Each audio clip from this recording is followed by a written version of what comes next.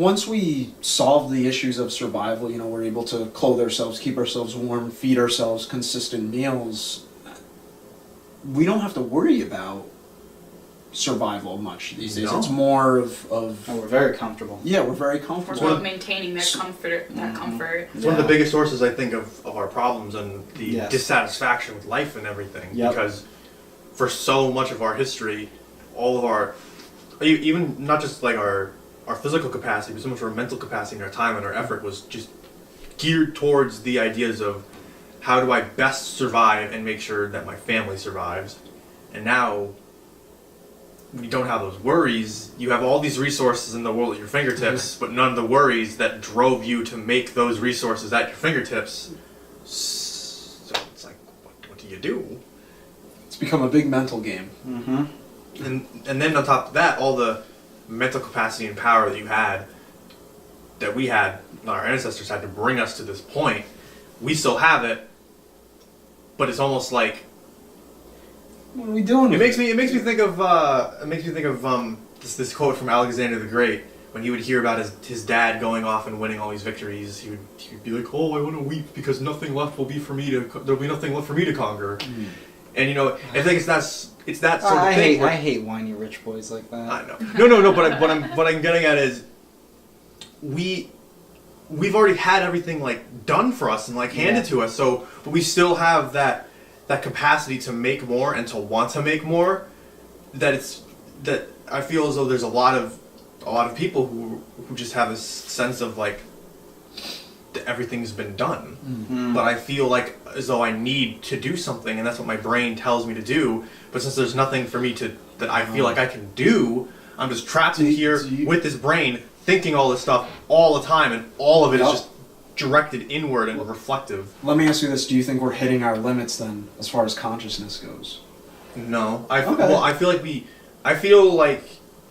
we've already hit a point, or we're hitting a point where everything that we think of when we think of consciousness, or like cultural values, and like cultural norms, and like what it means to be a conscious individual in the world that we live in, I think that's gonna have a major shift in a way that years from now it's gonna be almost unrecognizable what we were doing now versus in the future. Because I feel like just the way everything's going, it's like our old institutions, our old cultural values, like things like that, things like religion and older schools of philosophy and how to carry yourself in life and how to interact with people.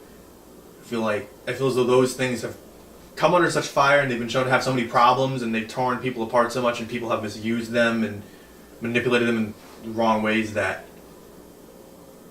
it seems as though there's going to be a new way, like a new sort of ideology, and I can't really articulate it well, but it's there. It's going towards that, and I don't know what it is. It's going to be very interesting. I think overall, there are a lot of different viewpoints on the afterlife and death, and a lot of it's cultural. Like a lot of the impact that you feel of it is cultural, and a lot of it is spiritual in the sense of the experiences that you have over time. But ultimately speaking, I think, as I was saying earlier, it's about what makes your own truth and what allows you to sleep at night, and trying to make sense of the little things like recurring dreams or anything along those lines. And that faith is important. I feel as though a lot of people, because they don't like organized religion, or they haven't found something that really speaks to them, they're willing to say, oh, none of that is real, God doesn't exist, spirituality doesn't exist, or something along those lines. And you can have that opinion. I just think it's a pretty bleak one, to assume that nothing was here, this was all completely science, and you're just some freaking accident that the universe just kind of put together. It could be that way, but it goes beyond that. Like, explain the feeling of holding a baby in your arms and listening to a giggle. Like, explain that. That's not science. Explain love. That's not science. You can't explain that. You could say, oh, it's dopamine and this and this. Yeah, but no. Everybody understands the concept of love when they get out of the womb. How is that possible? How is that possible? Babies require a certain level of affection to survive.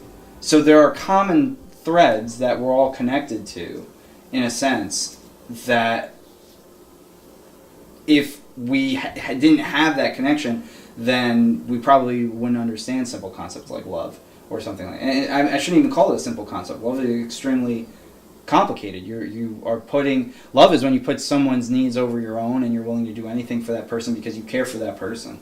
Extremely. To almost beyond the point of maybe you even should.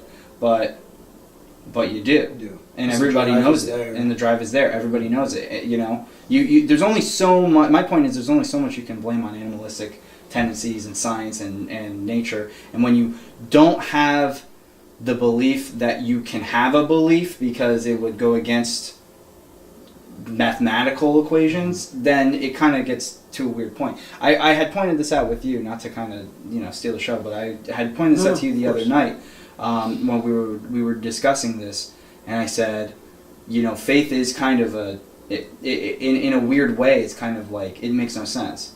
And it's still possible to have faith in yourself. You can have faith in yourself. You can believe in yourself doing something. Everything starts out as a thought. And so your point, where do those thoughts come from? How does that start? But everything, every empire, every new way to package a food or serve people or anything that's ever existed has always started as a thought. So how? Like, you know what I mean? Yeah. There are some answers that you just can't answer. There are some questions you just can't answer, and there are some things that you're never going to know before you die. And I think just kind of slapping a label on it and calling it, one religion or no religion or something like that is just... It's not being open to interpretation of different cultures and different understandings that are global.